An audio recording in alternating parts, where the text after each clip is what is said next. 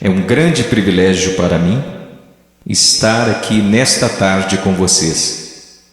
Antes de começarmos a falar qualquer coisa, eu gostaria de ir ao Senhor em oração. E eu vou pedir que você ore.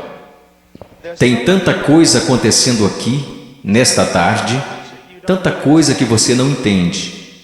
Mas eu lhes direi de onde eu estou vindo. Eu pregarei como moribundo, para homens moribundos, e mulheres e jovens. E eu vou pregar como se eu nunca mais fosse pregar novamente. E eu lhes direi coisas que vocês irão entender errado. E eu lhes direi coisas que eles deixarão tão nervosos comigo. E eu lhes direi coisas que vocês negarão. E eu lhes direi coisas e vocês dirão que eu não tenho o direito de lhes dizer o que estou dizendo. Mas antes de você chegar a qualquer conclusão sobre o que está sendo dito aqui nesta tarde, faça a si mesmo uma pergunta. Veja, pregar é uma coisa muito perigosa. É perigoso para mim, pois a Bíblia diz que sobre falsos mestres virá grande condenação. Se o que eu lhes disser hoje não for verdade, eu estou encrencado e por isso tenho que fazê-lo com temor e tremor, porque eu estarei condenado diante de Deus. Mas se o que eu disser para vocês hoje for verdade, então são vocês que têm motivo para temer e tremer. Porque se eu interpretar corretamente esta passagem das Escrituras que eu lhes darei, será como se Deus estivesse falando através de um homem. E seu problema não será comigo, será com Deus e sua palavra.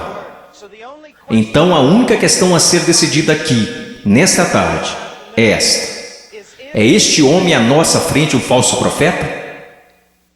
Ou será que ele está nos falando a verdade?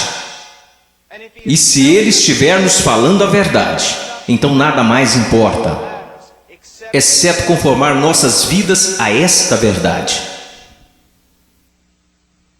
Vamos ao Senhor em oração.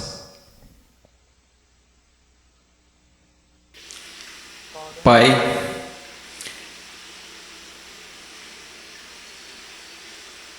eu sou tão pequeno, tão desprezível de tantas maneiras. Tu sabes, Senhor, Tu sabes.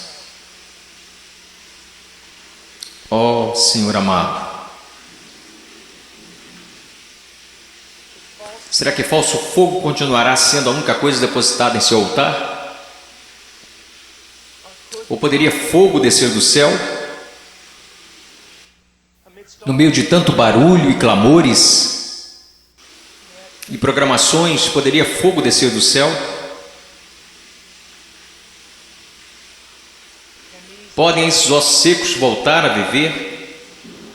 Tu sabes, Senhor. Em Tua soberania eu oro e imploro ante ao trono de Deus, que sejas gracioso para conosco. Que o Senhor abra corações e mentes. Senhor, não podemos contar com que eles os abram, eles nunca o farão. Abra seus corações e mentes e faça com que eles vejam a verdade bíblica. Sopre sobre eles, conceda arrependimento, conceda fé. Traga-os ao Teu reino, Senhor. Para a Sua glória, pelo Seu grande nome, realize estas coisas. Senhor, como o irmão falava, que seja, Senhor, de tal forma que nenhum homem obtenha crédito, que nenhum homem ponha a mão na arca do Senhor e se pôr que caia morto, Senhor. Ó Deus, faça-se presente entre nós, por favor, pois não temos outra esperança, não temos nenhuma outra esperança. Estas crianças não têm outra esperança, a não ser que o Senhor haja. Amém. Estarei ensinando em Mateus capítulo 7. Se vocês têm suas Bíblias, sigam-me. Mateus capítulo 7, versículo 3, Jesus disse: entrai pela porta estreita, porque larga é a porta, espaçoso o caminho que conduz à perdição, e muitos são os que entram por ela. E porque estreita é a porta e apertado o caminho que leva à vida, e poucos há que a encontrem.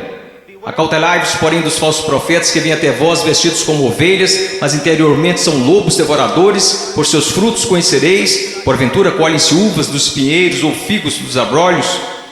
Assim toda árvore boa produz bons frutos, e toda árvore má produz frutos maus. Não pode a árvore boa dar maus frutos, nem a árvore má dar frutos bons. Toda árvore que não dá bom fruto corta-se e lança-se no fogo. Portanto, pelos seus frutos os conhecereis. Nem todo que me diz, Senhor, Senhor, entrará no reino dos céus, mas aquele que faz a vontade de meu Pai que está nos céus. Muitos me dirão naquele dia: Senhor, Senhor, não profetizamos nós em teu nome, e em teu nome não expulsamos demônios, e em teu nome não fizemos muitas maravilhas? E então lhes direi abertamente: nunca vos conheci. Apartai-vos de mim, vós que praticais a iniquidade. Todo aquele, pois, que escuta estas minhas palavras e as pratica, semelhá-lo-ei ao homem prudente, que edificou sua casa sobre a rocha, e desceu a chuva e correram rios, e assopraram ventos e combateram aquela casa, e não caiu, porque estava edificada sobre a rocha. E aquele que ouve estas minhas palavras e não as cumpre, compará-lo-ei a um homem sensato, que edificou a sua casa sobre a areia. Desceu a chuva, correram rios e assopraram ventos, e combateram aquela casa, e caiu, e foi grande a sua queda. Eu estou aqui hoje. Eu não estou preocupado no meu coração com a sua autoestima. Eu não estou preocupado no meu coração se você se sente bem consigo mesmo, se a vida está do jeito que você queria, ou se a sua conta bancária está no verde. Só tem uma coisa que me tirou o sono. Só tem uma coisa que me preocupou durante a manhã toda, e é isto: em 100 anos, a maioria das pessoas neste prédio possivelmente estarão no inferno. E muitos que até mesmo professam Jesus Cristo como Senhor passarão a eternidade no inferno.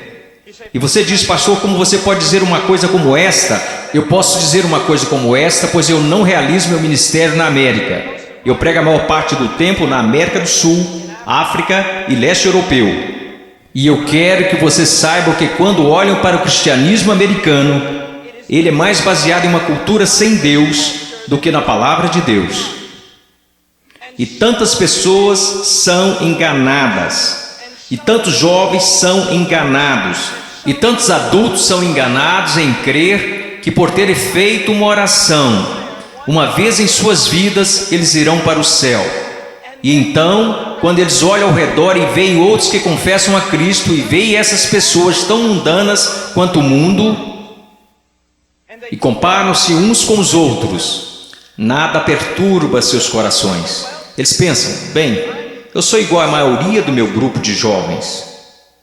Eu vejo coisas que não deveria ver na TV e rio das coisas que Deus odeia. Eu uso roupas sensuais. Eu falo como o mundo, eu ando como o mundo, eu amo a música do mundo. Eu amo tanto essas coisas do mundo, mas graças a Deus eu sou um cristão. Porque eu sou um cristão, eu não pareço diferente da maioria das pessoas da minha igreja. Porque eu sou cristão, porque houve uma vez na minha vida que eu fiz uma oração e pedi para Jesus entrar no meu coração. Eu quero que você saiba que a maior heresia na igreja evangélica protestante americana é que se você orar e pedir para Jesus Cristo entrar no seu coração, Ele definitivamente entrará. Vocês não encontrarão isso em nenhum lugar das Escrituras. Vocês não encontrarão isso na história batista até 50 anos atrás. O que vocês precisam saber é que a salvação é pela fé, e fé somente em Jesus Cristo. E a fé somente em Jesus Cristo é precedida e seguida por arrependimento. Um abandono do pecado, um ódio pelas coisas que Deus odeia, e um amor pelas coisas que Deus ama, um crescimento em santidade e um desejo, não de ser como a Britney Spears, não de ser como o mundo, e não de ser como a maioria dos cristãos americanos, mas de ser como Jesus Cristo.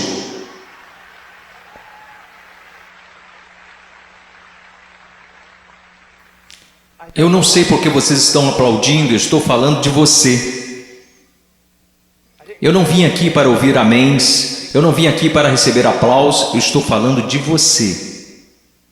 Muitas vezes as pessoas vêm a mim e dizem: eu adoraria segui-lo até a Romênia, adoraria segui-lo à Ucrânia, eu adoraria pregar onde você prega e onde plantou igreja no Peru, na floresta. E eu digo: não, você não iria. Eles dizem: sim, eu iria. E eu digo: não, você não iria, porque você seria expulso da igreja de lá. O que precisamos ver? Eu não estou querendo ser duro apenas para ser duro. Vocês têm noção de quanto amor é necessário para ficar na frente de 5.000 pessoas e dizer que o cristianismo americano é quase completamente errado? Você sabe o que vai me custar nunca mais ser chamado para algo assim? Ser impopular? Você sabe por que você faz isso? Você não faz porque você vai ser bem pago. Você não faz isso porque os homens te amam. Você faz isso porque você ama os homens e, acima de tudo, você quer honrar a Deus. Eu quero lhe dizer uma coisa. Nós vamos olhar para as Escrituras e eu quero que você olhe para ela como ela realmente é. Pare de se comparar com outros que dizem que são cristãos, que se comparam com outros que dizem que são cristãos. Compare a si mesmo com as Escrituras. Quando alguém, um jovem, vem a um pastor ou pastor de jovens e diz: eu não tenho certeza se sou salvo. O pastor de jovens geralmente vai lançar um clichê. Alguma vez em sua vida você orou e pediu para Jesus entrar em seu coração? Bom, sim. Você foi sincero? Bem, eu não sei, mas acho que sim. Você precisa dizer para Satanás parar de te incomodar. Você escreveu no verso da sua Bíblia, assim como o evangelista ensinou quando você foi salvo. Você anotou a data para que qualquer dia que você duvidasse apontasse para a Bíblia. Que superstições têm invadido nossa denominação? Você sabe o que a Bíblia fala para os cristãos fazerem? Examine-se a si mesmo. Teste a si mesmo à luz das Escrituras para saber se você está na fé. Teste a si mesmo para saber se você é um cristão. Você consegue ver se o Senhor liberasse todos aqui e mandasse vocês baterem em cada porta dessa cidade? Você sabe o que descobriríamos? 99% das pessoas, pelo menos nessa cidade, acredita que são cristãos. Se você voltar para a sua cidade natal e bater em cada porta de cada casa, porque eu voltei para a minha cidade natal, quando fiz salvo e bati em cada porta, e você sabe o que eu descobri? Todo mundo na minha cidade é um cristão. 85% deles não vão à igreja, e aqueles que vão à igreja não estão preocupados com santidade. Eles não estão preocupados em servir, não estão preocupados em ser separados do mundo, não estão preocupados se o evangelho será pregado entre as nações. Mas graças a Deus eles são salvos. Por que eles são salvos? Porque algum evangelista que deveria ter passado mais tempo estudando sua Bíblia do que pregando disse a eles que eles eram salvos. E ele disse isso para que depois pudesse gabar de quantas pessoas se converteram no seu próximo avivamento. E eu amo vocês. E existem homens aqui que amam vocês. E eu quero ir às Escrituras agora que eu choquei para a vida. Eu quero que vocês me ouçam. Ouça a palavra de Deus e comece a se perguntar algumas perguntas. Antes de tudo, entrai pela porta estreita, porque larga é a porta, espaçoso o caminho que conduz à perdição, e muitos são os que entram por ela. Existe uma porta estreita. E sabe, historicamente, uma das razões pela qual sou um Batista do Sul é porque os Batistas do Sul sempre foram rápidos, enquanto outras denominações falharam em perceber isto. Os Batistas do Sul sempre foram rápidos em perceber que é só uma porta. Só há um Deus. Só há um mediador entre Deus e os homens. Seu nome é Jesus Cristo, e não é uma questão de múltipla escolha. Não é como se todos os caminhos levassem a Roma. Como denominação, nós sempre ensinamos às pessoas o que Jesus ensinou às pessoas. Eu sou o caminho, a verdade e a vida, e ninguém vê ao Pai senão por mim. Então eu louvo a Deus por isso, que a única forma que qualquer ser humano nesta terra será salvo é por meio de Jesus Cristo. E ponto final. Porque você precisa entender que a Bíblia diz: todos pecaram e destituídos estão da glória de Deus, e vocês não têm ideia do que isso significa. Que nascemos totalmente depravados, odiando a Deus, que nós nunca buscaríamos a Deus, nunca iríamos a Deus, nós nos rebelamos contra Deus, quebrando toda a lei. Não é só uma questão de que você já pecou, a questão é: você nunca fez nada além de pecar. A Bíblia diz nos profetas que até as nossas maiores obras são como trapos de imundícia perante Deus. E por causa disso, você sabe o que merecemos? A ira de Deus, o ódio santo de Deus. E vocês dizem: espere um pouco, Deus não pode odiar ninguém, Deus é amor. Não, meu amigo, você precisa entender uma coisa: Jesus Cristo ensinou, os profetas ensinaram, os apóstolos ensinaram isto. que a não ser a graça de Deus revelada em Jesus Cristo, nosso Senhor, a única coisa que resta para você é a ira, a violenta ira de Deus, e por causa de sua rebelião e de seus pecados. Quando fala em universidades, eles sempre são rápidos em dizer: não, Deus não pode odiar porque Deus é amor, mas eu digo, Deus tem de odiar porque Ele é amor. Veja, eu amo crianças, portanto odeio aborto. Se eu amo o que é santo, devo odiar o que não é santo. Deus é um Deus santo, e isso é algo que os americanos esqueceram. Muitas das coisas que você adora fazer, Deus odeia. Você sabia disso? Ore por avivamento. Você vai para a reunião de jovens e quer que Deus seja, mas antes de ir você assiste programas na TV que Deus absolutamente abomina. E então você se pergunta por que o Espírito Santo não desceu sobre nós e por que você tem que criar falso fogo e falso entusiasmo. Porque Deus não está presente. Deus é um Deus santo, e a única maneira pela qual eu e você poderíamos nos reconciliar com Deus santo é pela morte do Filho unigênito de Deus, quando ele foi pendurado naquele madeiro. Agora escutem, se você hoje é salvo, você não foi salvo porque os romanos judeus rejeitaram Jesus. Você não foi salvo porque eles colocaram uma coroa de espinhos na sua cabeça, nem foi salvo porque eles perfuraram o tórax de Jesus com uma lança. Você não foi salvo nem mesmo porque eles o pregaram na cruz. Você sabe por que você é salvo? Se você é salvo, porque quando Jesus Cristo estava pendurado naquela cruz, Ele levou os seus pecados, o pecado do povo de Deus, e toda a violenta ira de Deus que deveria ter caído sobre você, caiu sobre seu único filho. Alguém tinha que pagar o preço, alguém tinha que morrer. Foi Deus, o Pai, quem esmagou seu único filho, de acordo com Isaías 53, ao Senhor agradou moê-lo.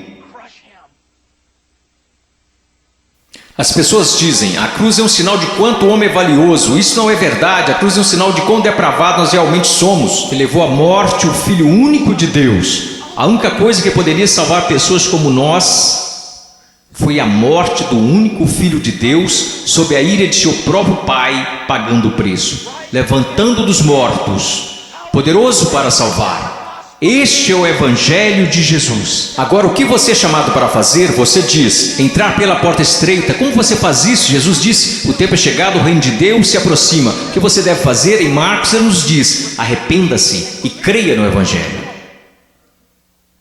Você diz: irmão Paul, eu fui salvo orando e pedindo para Jesus entrar no meu coração, e eu tenho certeza que você o fez, mas você não foi salvo por uma fórmula mágica ou por causa de algumas palavras. Você foi salvo porque se arrependeu de seus pecados e acreditou. E não foi uma coisa isolada, você continua fazendo até hoje, porque Jesus, numa tradução mais correta deste verso, falou: o reino de Deus se aproxima, o tempo é chegado. Agora passem o resto de suas vidas se arrependendo de seus pecados e crendo em mim. Conversão não é como uma vacina. Ah, eu fiz isso, ou me arrependi, eu criei. A questão é, meu amigo, você continua se arrependendo de seus pecados? Você continua crendo? Porque aquele que começou boa obra em vocês também a terminará. Ele terminará. Nós, os batistas do Sul, pregamos que você deve ir por essa única porta, que é Jesus Cristo. Mas nós, batistas do Sul, esquecemos algo. E eu quero que pastores de jovens e outros líderes escutem-me, pois nós esquecemos um ensinamento muito importante do Evangelho. Diz que não só a porta é estreita, mas o caminho também é estreito. O que basicamente fazemos é conduzir uma pessoa a Cristo, ou conduzimos alguém a uma oração, e aí essa pessoa passa o resto da vida vivendo igual ao mundo. Se você quiser negar isso, eu posso trazer as estatísticas para te provar. Várias pesquisas, censos, qualquer tipo de pesquisa que você pensar, quando elas questionam a moralidade da igreja dos Estados Unidos da América em comparação com a moralidade daqueles que se consideram perdidos, as pesquisas não acham diferenças. Veja, esses são apenas dados, não tem nada a ver com interpretação religiosa, são estatísticas. Livros e mais livros têm sido escritos incessantemente por teólogos, filósofos, sociólogos e afins. O que está acontecendo na igreja? Descobrimos que o aborto na igreja é tão prevalente quanto no mundo, O divórcio é tão prevalente, a imoralidade. Você sabe, assim como eu, que há jovens aqui neste momento que estão praticando imoralidade e ainda assim adorando a Deus como se nada estivesse acontecendo. Você sabe que há jovens aqui que estão usando drogas e indo para a reunião de jovens da igreja. Você sabe, vendo e fazendo coisas que não são apropriadas para cristãos e ainda assim eles vão para a reunião de jovens, convencidos que estão satisfeitos, convencidos que estão salvos, e ninguém está falando nada a não ser isto. Eles são cristãos carnais. Eles são cristãos de verdade, só são carnais. Esta é uma doutrina que começou no seminário batista, que não era um seminário dos batistas do sul, muitas décadas atrás. Essa doutrina não é bíblica e não é histórica. Meu caro amigo, ser cristão carnal não existe. Você diz, espere um pouco, irmão Paulo, 1 Coríntios capítulo 3, não sois porventura carnais? Paulo disse isso? Não, isso foi o que Paulo disse. Você precisa ler o livro todo para saber o que ele queria dizer. Um dos nossos problemas, juventude, escutem-me, a maior parte do nosso cristianismo é baseado em clichês que lemos nas camisetas cristãs. A maior parte do nosso cristianismo vem de músicos e não da Bíblia.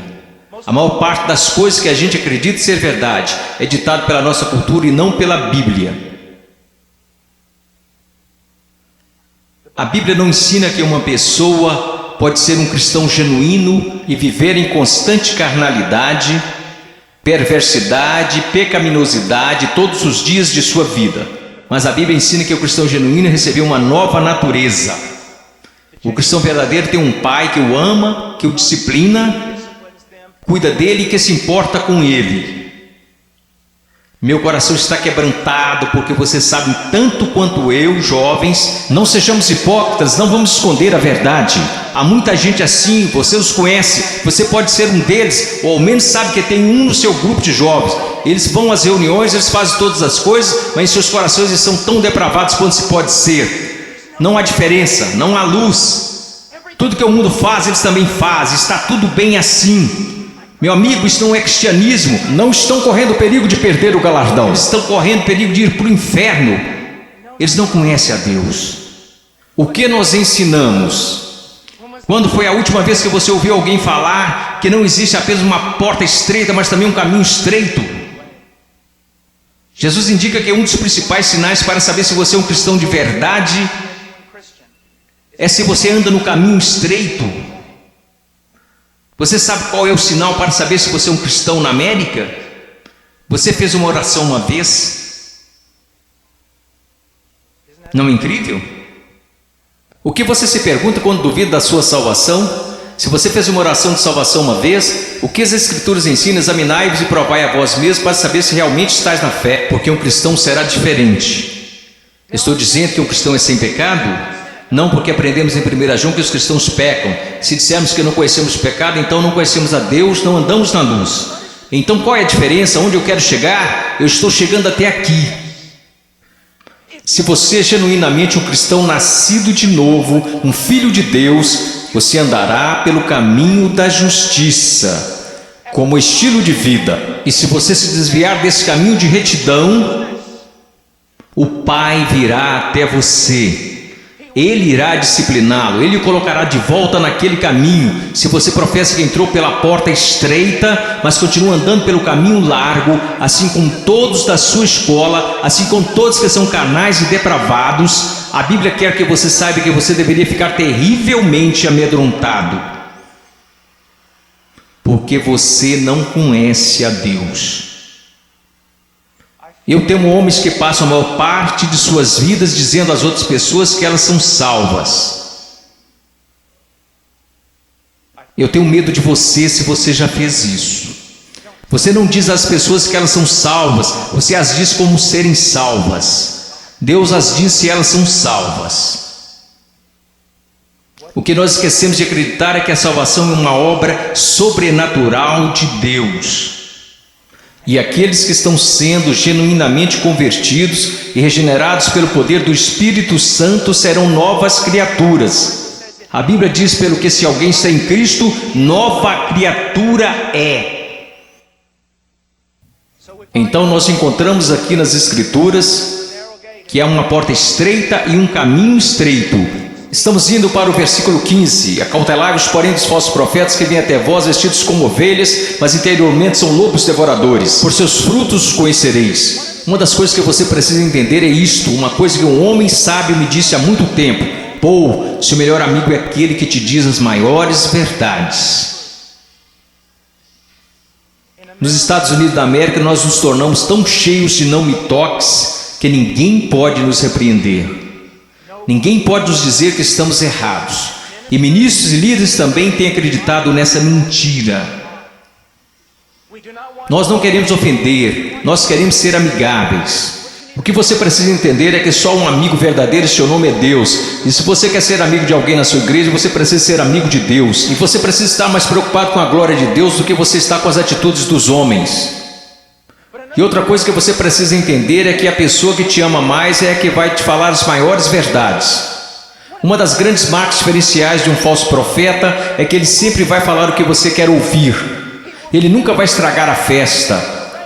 Ele vai fazer você continuar batendo palmas, pulando, vai fazer você ficar atordoado, ele vai te manter entretido, ele te apresentará um cristianismo que fará a sua igreja parecer um parque de versões de Jesus. E te manterá tão entretido que você nunca se preocupará com grandes assuntos como este. Deus está agindo em minha vida? Eu estou crescendo em santidade? Eu realmente nasci de novo?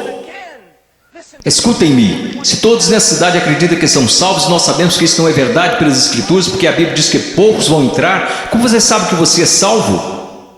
Como você realmente sabe que é salvo? Porque alguém te disse? Porque você fez uma oração? Porque você acreditou? Deixe-me te perguntar, como você sabe que acredita? Porque todo mundo diz que acredita. Como você sabe que não é igual a eles? Você sabe como a Bíblia ensina que você sabe se é salvo? Você sabe como a doutrina batista até 50 anos atrás diria que você sabe que é salvo?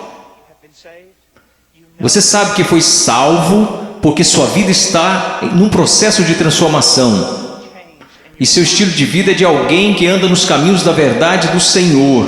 E quando você para de andar nos caminhos da desobediência, como todos nós fazemos, Deus vem até você e te põe de volta no caminho. Uma das maiores evidências que você nasceu de novo é que Deus não permitirá que você fale como sua carne quer falar. Deus não permitirá que você se vista como um mundo sensual e igreja sensual. Permite que você se vista. Deus não permitirá que você ande como o mundo. Cheire como o mundo, fale como o mundo, escute as coisas que o mundo escuta. Deus fará diferença na sua vida. Diz aqui, ao continuarmos, versículo 17. Então todos, quero dizer, vamos ao versículo 16. Você os conhecerá pelos seus frutos. Como você reconhece um falso profeta? E uma aplicação mais ampla aqui nas Escrituras. E como você sabe que alguém é um cristão genuíno? Pelos seus frutos. Pelos seus frutos, meus amigos. Veja a sua vida, veja o jeito que você anda, veja o jeito que você fala, veja para as paixões do seu coração. Por acaso Jesus está aí em algum lugar, ou ele é só um acessório que você acrescenta em sua vida? Ou é só uma coisa que você faz nas quartas e domingos? Ele é só alguém que você aceita apenas intelectualmente, mas não de coração? Ele é um acessório, ele é o centro da sua vida? E qual é o fruto que você está produzindo? Você parece com o mundo, age como o mundo? Você experimenta as mesmas alegrias que o mundo experimenta? Você consegue amar o pecado e gostar de cometê-lo? Você consegue amar a rebeldia e gostar de ser rebelde? Então você não conhece a Deus. Você os conhecerá pelos seus frutos. Deus tem o poder para mudá-los.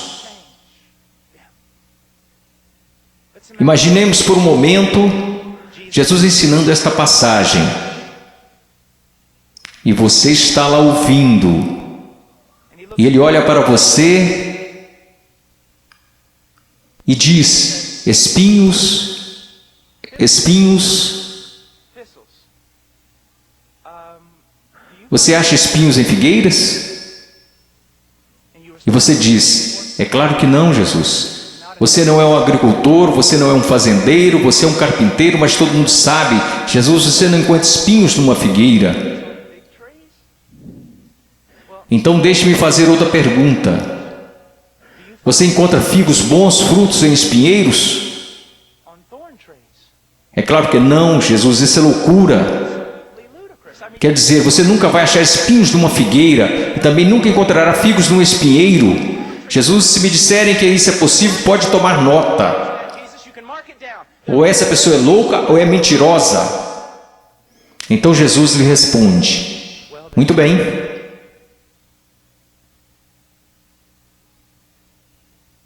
Aqueles que se dizem meus discípulos, mas dão maus frutos, não seria o mesmo que dizer que ou eles estão mentindo, ou que estão loucos em fazer tal afirmação? Deixe-me levar essa ideia mais à frente. Vamos imaginar que eu apareça atrasado e entro correndo aqui na plataforma e todos os outros líderes estão zangados comigo e dizem: irmão Paul, você não considerou que lhe foi dada a oportunidade de falar aqui e você aparece atrasado? E eu digo: irmãos, vocês têm de me perdoar porque eu estava a caminho na rodovia e meu pneu furou. E eu estava trocando o pneu e enquanto isso a porca da roda saiu. E eu não estava prestando atenção, então eu corri para pegar a porca da roda. Assim que eu a peguei no meio da rodovia, eu levantei, tinha um caminhão de carga de 30 toneladas vindo a uns 200 km por hora, uns 10 metros à minha frente. E aí ele me atropelou e é por isso que eu estou atrasado. Só existiriam duas explicações lógicas. Eu sei, ninguém mais estuda lógica. Mas só existiriam duas conclusões lógicas. Eu sou um mentiroso. Eu sou um maluco. Você diria: irmão Paul, é absolutamente absurdo, é impossível ter um encontro com algo tão grande como um caminhão de carga e não mudar de estado.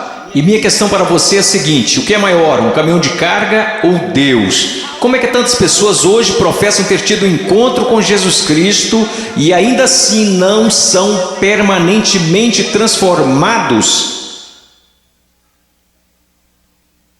Deixe-me dar-lhes algumas coisas para pensar. Você sabe que eu estou lhes dizendo a verdade. Quantas vezes você vai e rededica sua vida de novo e de novo e de novo? Quantas vezes os grupos de jovens veem a coisas como esta e ficam empolgadíssimos e voltam para a igreja e dura cerca de uma semana e meia. E mesmo assim dizem: foi um grande mover de Deus. Não foi não. Se não durou é porque não foi um mover de Deus, foi emoção. Foram tantas coisas, mas não foi um grande mover de Deus. Deus trabalhou em sua vida. Deus está trabalhando em sua vida. Você os conhecerá pelos seus frutos. Você os conhecerá pelos seus frutos. Prosseguindo. Versículo 19. Toda árvore que não dá bom fruto, corta-se e lança-se no fogo. Portanto, pelos seus frutos conhecereis. Escute isso, você precisa entender algo acerca da literatura hebraica. Quando queremos enfatizar algo, sabe o que fazemos? Aumentamos o tom de nossa voz. Se estamos escrevendo, colocamos em negrito ou em maiúsculo. Mas para o judeu era diferente. Quando ele quer enfatizar algo, ele repete e repete. Por isso que encontramos o paralelismo hebraico no livro de Provérbios: o ímpio viverá na terra, o ímpio será destruído. Ele está dizendo a mesma coisa, só que de um jeito diferente, para dar mais ênfase. É isso que Jesus está fazendo o tempo todo aqui. Pelos seus frutos conhecereis, pelos seus frutos conhecereis. Vocês os conhecerão pelo caminho que eles andam, pelos seus frutos conhecereis, pelos seus frutos os conhecereis. Ele diz: toda árvore que não dá bom fruto, corta-se e lança-se no fogo. Sobre o que ele está falando, meu caro amigo? Ele está falando sobre o juízo do Deus Todo-Poderoso, que um dia cairá sobre o mundo, que um dia possivelmente poderá cair sobre você. Meu caro amigo, eu não consigo olhar o seu coração. Eu sou tão facilmente enganado pelo meu próprio coração. Mas há um que não é enganado. Há um que não é enganado. Ele não é enganado por uma cultura cristã pós-moderna. Ele sabe. Pelos seus frutos os conhecereis. Então ele continua. E ele diz isto: Versículo 21, nem todo que me diz Senhor, Senhor entrará no reino dos céus, mas aquele que faz a vontade de meu Pai que está nos céus. Você sabe o que a sua profissão de fé em Jesus vale? Absolutamente nada. Sim, você leu esta passagem? Estude-a. Nem todo que me diz Senhor, Senhor, nem todos que professam Senhor, Senhor, entrará no reino dos céus. Muitas pessoas dirão Senhor, Senhor, mas não entrarão no reino dos céus. Meus filhinhos, você é um deles? Senhor, Senhor. Agora vamos voltar para a literatura hebraica. Ele disse Senhor, Senhor, ele não disse Senhor. Ele disse Senhor, Senhor, o que isso significa? Esse sujeito que está fazendo profissão não é alguém que de repente decidiu. É o dia do juízo, é melhor confessá-lo como Senhor. Essa é uma pessoa que professa enfaticamente aos outros que Jesus é o Senhor. Ele anda por aí dizendo que Jesus é o Senhor, ele dança enquanto os músicos estão tocando e diz que Jesus é o Senhor. Ele canta dizendo Senhor, mas Jesus diz a ele, afasta-te de mim, eu não te conheço. Billy Graham é uma das pessoas mais amáveis e bondosas, e ainda assim ele diz que a maioria das pessoas das igrejas confessionais estão perdidas. Ele diz que ficaria feliz se ao menos 5% das pessoas que fizeram uma profissão de fé em suas cruzadas evangelísticas fossem de fato salvas. Quando estou na Nigéria, eu estive lá no ano passado visitando a mãe cujo filho estava em nossa igreja e que foi assassinado por muçulmanos. No norte da Nigéria, se alguém confessa Jesus Cristo, você meio que já sabe que é verdadeiro. Por quê? Porque eles podem morrer por causa dessa confissão, mas na América, considere os custos. Pense, examine a sua vida à luz das Escrituras. Você conhece o Senhor? Você conhece o Senhor? Porque nem todo que me diz Senhor, Senhor entrará no reino dos céus. Mas o que ele diz aqui, veja o que ele está dizendo. Nem todo que me diz Senhor, Senhor entrará no reino dos céus, mas aquele que faz a vontade de meu Pai que está nos céus.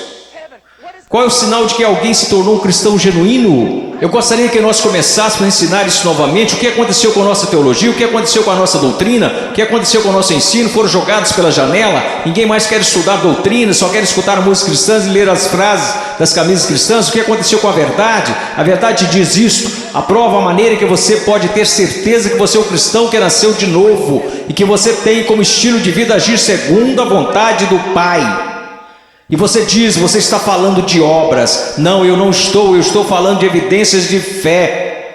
Funciona mais ou menos assim. Sua profissão não é prova alguma de que você nasceu de novo, porque todos neste país professam ter fé em Jesus Cristo. Uma pesquisa diz que 65% a 70% dos americanos são salvos, cristãos nascidos de novo. O país mais sem Deus na face da terra mata 4.000 bebês por dia, mas graças a Deus 70% de nós são nascidos de novo. Como você sabe que esta fé que você tem não é falsa? Um estilo de vida que está preocupado em fazer a vontade do Pai, que faz a vontade do Pai, e quando você desobedece a vontade do Pai, o Espírito Santo vem e te repreende pessoalmente através da palavra de Deus, ou através de um irmão ou uma irmã em Cristo, e Deus te põe no caminho novamente. Se você é um cristão genuíno, você não pode escapar dele. Deixa eu me dar um exemplo. Se eu fosse seu pastor, e você tivesse, digamos, 14 anos de idade, e eu estivesse voltando de uma pregação a 1 da manhã, e te visse em um parque ou em uma esquina qualquer, com um bando de delinquentes, fazendo coisas que você não deveria estar fazendo, se você fosse membro de nossa igreja, eu diria, entre no carro e eu vou te levar para casa. Eu não ficaria bravo com você, eu ficaria bravo com seu pai, eu diria a ele, Senhor, você é um pai negligente e irresponsável. Deixar seu filho fora de casa em tais circunstâncias. Eu quero que vocês entendam uma coisa, Deus não é um pai irresponsável ou negligente. Se você pode brincar com pecados, se você pode amar o mundo, amar as coisas do mundo, sempre estar envolvido com o mundo, fazendo as coisas do mundo, e se seus heróis são pessoas do mundo, se você quer parecer com eles, agir como eles, se você faz as mesmas coisas que eles fazem, meu caro amigo, ouça minha voz. Há uma grande possibilidade de você não conhecer a Deus e de não pertencer a Ele.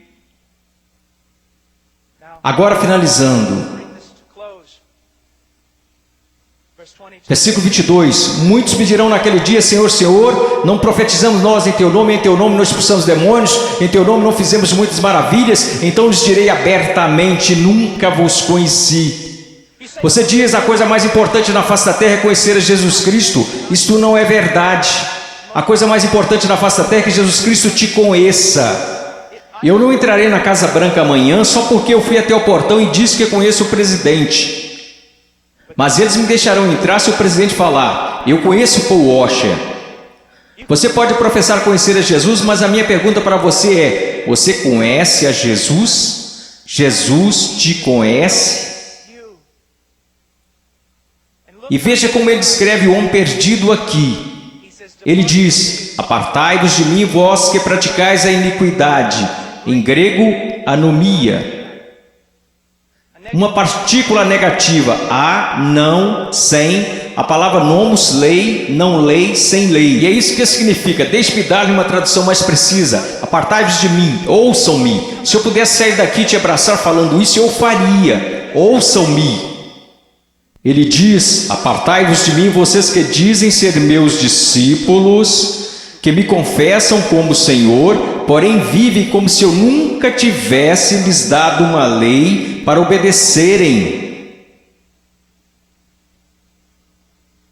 Eu acabo de descrever a grande maioria dos cristãos da América. Se alguém começa a falar de lei, se alguém começa a falar de princípios bíblicos, sobre o que devemos fazer e o que não devemos fazer, como devemos viver e como não devemos viver, todos começam a exclamar: legalista, legalista.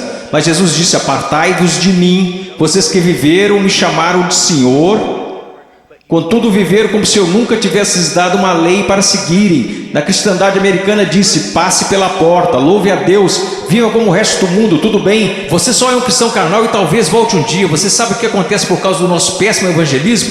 Nós temos milhões de crianças salvas na ZBF, e quando fazem 15 anos eles entram no mundo, e a maioria deles vive como demônios. E quando estão por volta de 30 anos, eles voltam e rededicam suas vidas. Talvez eles tenham acabado de ser salvos. Porque, amigos, é mais do que você contar a alguém que você é salvo. Porque sabe que Jesus é Senhor. Satanás sabe que Jesus é Senhor. Sua vida está em processo de mudança? Então ele começa a falar sobre duas pessoas, duas fundações. Você sabe que essa passagem na interpretação contemporânea é importante estudar teologia, é importante estudar história. A interpretação atual dessa passagem sobre a rocha e a areia é basicamente assim: se você é cristão, você precisa construir sua vida sobre a rocha, porque se você construir sua vida sobre a areia, você será um cristão infeliz, sua vida não dará certo. Isto não é o que Jesus está ensinando, e a história me apoia nisto. Quase nunca foi interpretada desta forma. Você sabe qual é a interpretação? É assim: existem dois caminhos. Há o caminho estreito e o caminho largo. Em qual você está? Há dois tipos de árvores. Tem a árvore que dá bons frutos e que vai para o céu. Tem a árvore má e você sabe que é má porque dá maus frutos e vai para o inferno. Será cortada e lançada para o inferno. Aqueles que professam Jesus como Senhor e fazem a vontade do Pai que está no céu, e aqueles que professam Jesus como Senhor e que não fazem a vontade do Pai que está no céu, e eles irão para o inferno, não por falta das obras, mas por causa de uma falta de fé demonstrada pelo fato de que eles não tinham obras. E ele continua: não são dois cristãos construindo suas casas em duas fundações diferentes. Esses novamente são o homem salvo e o homem perdido. O homem perdido ouve a palavra de Deus ser pregada, mas não prepara a fundação. Você não consegue ver na vida dele como a palavra de Deus está formando e construindo e sustentando sua vida. Sua vida não está. Quantas pessoas da Convenção dos Batistas do Sul, apesar dos nossos números, apesar de tudo que dizemos, se nós simplesmente comparássemos as pessoas a esta passagem e dissesse: você está construindo seu casamento de acordo com a palavra de Deus, você está educando seus filhos de acordo com a palavra de Deus, você está administrando suas finanças de acordo com a palavra de Deus, você tem vivido separando-se das coisas deste mundo de acordo com a palavra de Deus, quantos estariam aptos a responder positivamente? Não, nada disso. Eu professo Jesus, Ele é meu Salvador. Meu professor de escola dominical me falou: Eu sei, assim como Leonard Haverhill, um conhecido meu, que antes de falecer costumava dizer: eu preguei uma só vez em várias igrejas batistas. Eu prego em muitos lugares como esse somente uma vez. Eu poderia vir aqui hoje com um vocabulário que impressionaria vocês e pregar para vocês sobre coisas que fariam vocês saírem flutuando deste salão. Eu poderia contar-lhes histórias que fariam vocês rirem, histórias sobre cachorros e vovós que fariam vocês chorarem, mas eu usamos demais para fazer isso. Eu sei porque a palavra de Deus é verdade, que existem pessoas que acreditam ser salvas, mas não são. Não são. Eu sei que alguns de vocês que olham ao redor e pensam: bem, eu sou salvo, quer dizer, eu pareço com todo mundo do meu grupo de jovem. O que faz você pensar que o seu grupo é salvo? Bem, eu sou como meus pais, ou eu sou como os adultos da minha igreja, ou os diáconos ou pastores, de que isso importa? Você não será julgado por eles no dia da vinda de Cristo. Minha pergunta para você, querido, minha pergunta para você, meu filhinho, quero dizer, vocês poderiam ser meus filhos. E eu oro para que um dia, quando meu filho crescer, que haja um pregador que fique diante dele e diga: basta, vamos nos focar. O que a palavra de Deus diz? A sua vida se apresentará diante do fogo ardente, que é a santidade de Deus no dia final. Amada, preciosa menina, amado, precioso jovem, no dia final a sua confissão permanecerá verdadeira. Você é salvo. E eu não estou falando de bem, eu acho que sou salvo. Sabe, há um caminho que ao homem parece direito, mas o fim deles são os caminhos da morte. Bem, eu sinto do fundo do meu coração que sou salvo. Então deixa eu fazer outra pergunta: você alguma vez já leu Que Enganoso é o Coração? Quem o conhecerá? Você não deveria ir ao testemunho das Escrituras? Bem, eu sei que eu sou salvo, pois minha mãe, meu pai, meu pastor, todos me disseram que sou salvo. Então eu te digo isto: o que a palavra de Deus te diz? Nós falamos tanto sobre ser cristãos radicais. Cristãos radicais não são pessoas que pulam em shows. Cristãos radicais não são pessoas que usam camisas gospel. Cristãos radicais são aqueles que carregam os frutos do Espírito Santo. Cristãos radicais são aqueles que respeitam e honram seus pais, mesmo quando sentem que seus pais estão errados. Cristãos radicais são aqueles que não... Agora escutem, isso vai deixá-los irados. E eu estou falando com garotos e garotas. Cristãos radicais são aqueles que não se vestem sensualmente para mostrar seus corpos. Se sua vestimenta é um chamariz apenas para o seu rosto, Deus se agrada da sua vestimenta. Sua vestimenta é um chamariz para o seu corpo, isso é sensual e Deus odeia o que você está fazendo. Todo mundo gosta de falar sobre um profeta, mas ninguém quer escutá-lo. E eu estou falando sobre cristianismo. Eu passei minha vida em selvas, eu passei minha vida congelando nos Andes, eu vi pessoas morrerem. Um garotinho, Andrew Maiman, os muçulmanos atiraram 5 vezes o seu estômago e o deixaram morrer na calçada, simplesmente porque ele exclamava: eu estou com tanto medo, mas eu não posso negar a Jesus Cristo. Por favor, não me matem, mas eu não negarei. E ele morreu numa poça de sangue. E vocês falam sobre ser cristãos radicais porque vocês usam camisas gospel e vão a um congresso? Eu estou falando sobre santidade, eu estou falando sobre ser cheio de Deus. Você sabe o que seria mover de Deus neste local? Se todos vocês caíssem sob convicção de pecado, se eu mesmo caísse sob convicção pelo Espírito Santo e nos prostrássemos e chorássemos, pois assistimos coisas que Deus odeia. Pois usamos coisas que Deus odeia, pois nós agimos como o mundo, parecemos como o mundo, cheiramos como o mundo, fazemos as mesmas coisas que o mundo e não sabemos que fazemos essas coisas porque não conhecemos a palavra de Deus. Porque mesmo que falemos como uma denominação, que a Escritura é a infalível palavra de Deus, só que ganhamos basicamente um monte de ilustrações, histórias e novelinhas. Oh, que Deus brilhe neste lugar. Que viremos nossas costas para o pecado, que renunciemos às coisas que desagradam a Deus, e então que corramos para Ele, alegremos-nos nele e o amemos. Que Deus levante missionários. Eu não desejo a vocês o mesmo que seus pais. Eles querem segurança e boas casas para vocês. Eles querem que vocês tenham carros e respeito. Eu quero para vocês as mesmas coisas que quero para o meu filho, que um dia ele pegue uma bandeira, a bandeira de Jesus Cristo, e coloque-a num monte onde ninguém esteve antes, e que eles clamem: Jesus Cristo é Senhor, mesmo que isso custe a sua vida.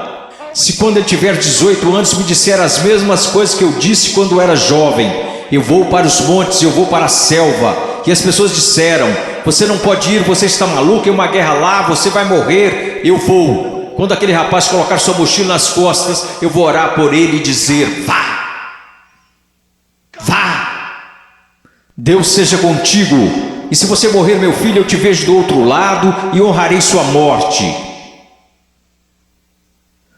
Oh Deus, vamos orar, vamos orar. Oh Deus, eu não me importo com reputação, eu não me importo com o que os homens pensam. Eu quero que o Senhor seja honrado, eu quero que esses jovens sejam salvos. Eu quero que os salvos parem de olhar para um cristianismo cultural, que o Senhor odeia e que cuspirá fora de sua boca, e que eles olhem para a sua palavra e digam: eu seguirei a Jesus. Deus, eu oro pelos ministérios de jovens e pastores, e oro para que o Senhor os encha com espírito de sabedoria, amor e coragem e discernimento, e querido Deus, custe o que custar, eu oro para que o Senhor levante missionários. Ao olhar para esses garotos, eu não posso evitar de pensar no meu filhinho. Oh Deus, que o Senhor salve o Ian, e que eu levante e o mande para a pior parte da batalha. Oh, querido Deus, levante missionários aqui, levante missionários, levante pregadores e pastores e embaixadores e evangelistas, que conheçam a palavra de Deus. Oh Deus, trabalhe neste lugar, por favor, trabalhe neste lugar, amado Deus, por favor, por favor, por favor, por favor. Agora, com todas as cabeças baixas, alguém aqui hoje à noite que gostaria de dizer: irmão Paul, eu tenho vivido uma mentira. Eu digo que sou cristão, mas eu amo o mundo, eu pareço com o mundo, e cheiro como o mundo, e eu me odeio por conta disso. Irmão Paul, eu estou tão cansado desse cristianismo que tenho vivido, eu estou cansado disto. Eu estou cansado disto. Eu quero ser salvo. Eu quero ser salvo. Eu só quero que levantem. Irmão Paul, eu quero ser salvo. Amém. Alguém mais? Eu quero ser salvo. Amém. Amém. Em momentos teremos um apelo, e vocês que levantaram, eu vou descer aqui e quero que vocês se encontrem comigo. Eu quero falar com vocês agora.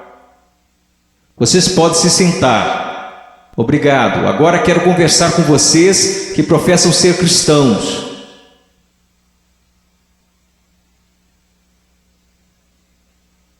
Sua vida honra a Jesus Cristo?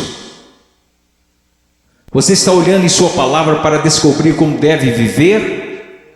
Eu oro de todo o coração. A única coisa que irá salvar a igreja na América, só há duas possibilidades. Uma é uma reforma total em nossas pregações, de nosso estudo da palavra de Deus, e a outra é uma perseguição feroz e horripilante. Essa é a única coisa que irá salvar a igreja na América. Eu oro para que vocês retornem à palavra. Eu oro. Ouçam-me, jovens, vocês precisam dizer: ok, como eu devo proceder perante meus pais? Vá à palavra, descubra, obedeça. Como devo me vestir? Vá à palavra, descubra, obedeça. Como devo falar? O que devo escutar? Ponha cada pensamento, palavra e ato em sujeição a Jesus Cristo.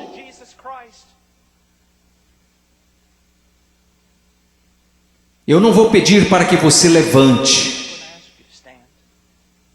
Porque eu estou tão cansado de pessoas virem à frente e assumirem o compromisso e esse compromisso durar apenas 2 minutos. Eu não estou aqui para poder escrever na minha revista que zilhões de vocês vieram à frente. Eu quero que você vá para casa e viva para Jesus Cristo com todo o seu coração. Mas se você precisa de aconselhamento, você dirá: irmão Paul, eu quero viver para Jesus Cristo, mas eu não sei como. Em minutos nós iremos fazer um convite e eu quero que você venha à frente, não para assumir um compromisso. Se quiser assumir algum compromisso, faça isso daí de onde está sentado. Se precisa contar a alguém, vá contar ao seu pastor, vá contar ao seu pastor de jovens e quer saber, nós saberemos se esse compromisso irá durar. Quer saber como? Porque irá durar. Nós saberemos se foi de Deus. Deixe-me contar-lhes uma coisa.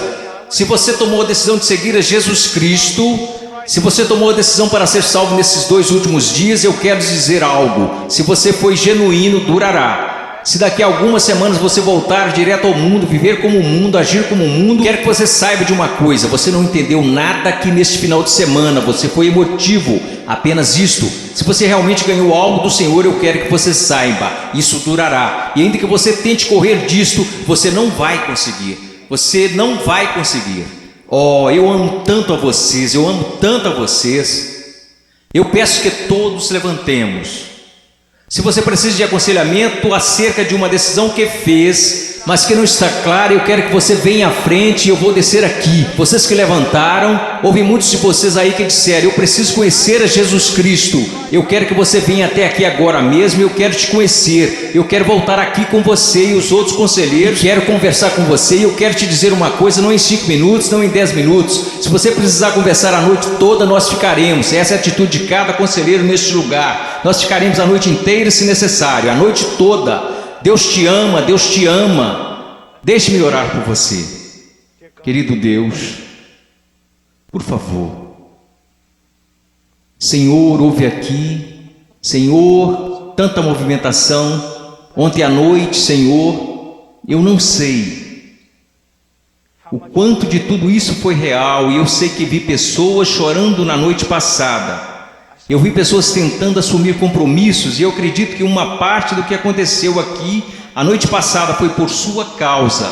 Hoje de manhã eu vi um jovem pregar, Pai, dar seu testemunho, e eu vi um trabalho genuíno do Espírito Santo. Eu não sei quantas dessas decisões foram verdadeiras, mas aconteceram algumas coisas reais aqui. Agora eu oro, Pai. Eu não sei o quanto será real, somente o tempo e a eternidade nos mostrarão. Mas, ó Deus querido, por favor, trabalhe em nome de Jesus. Amém.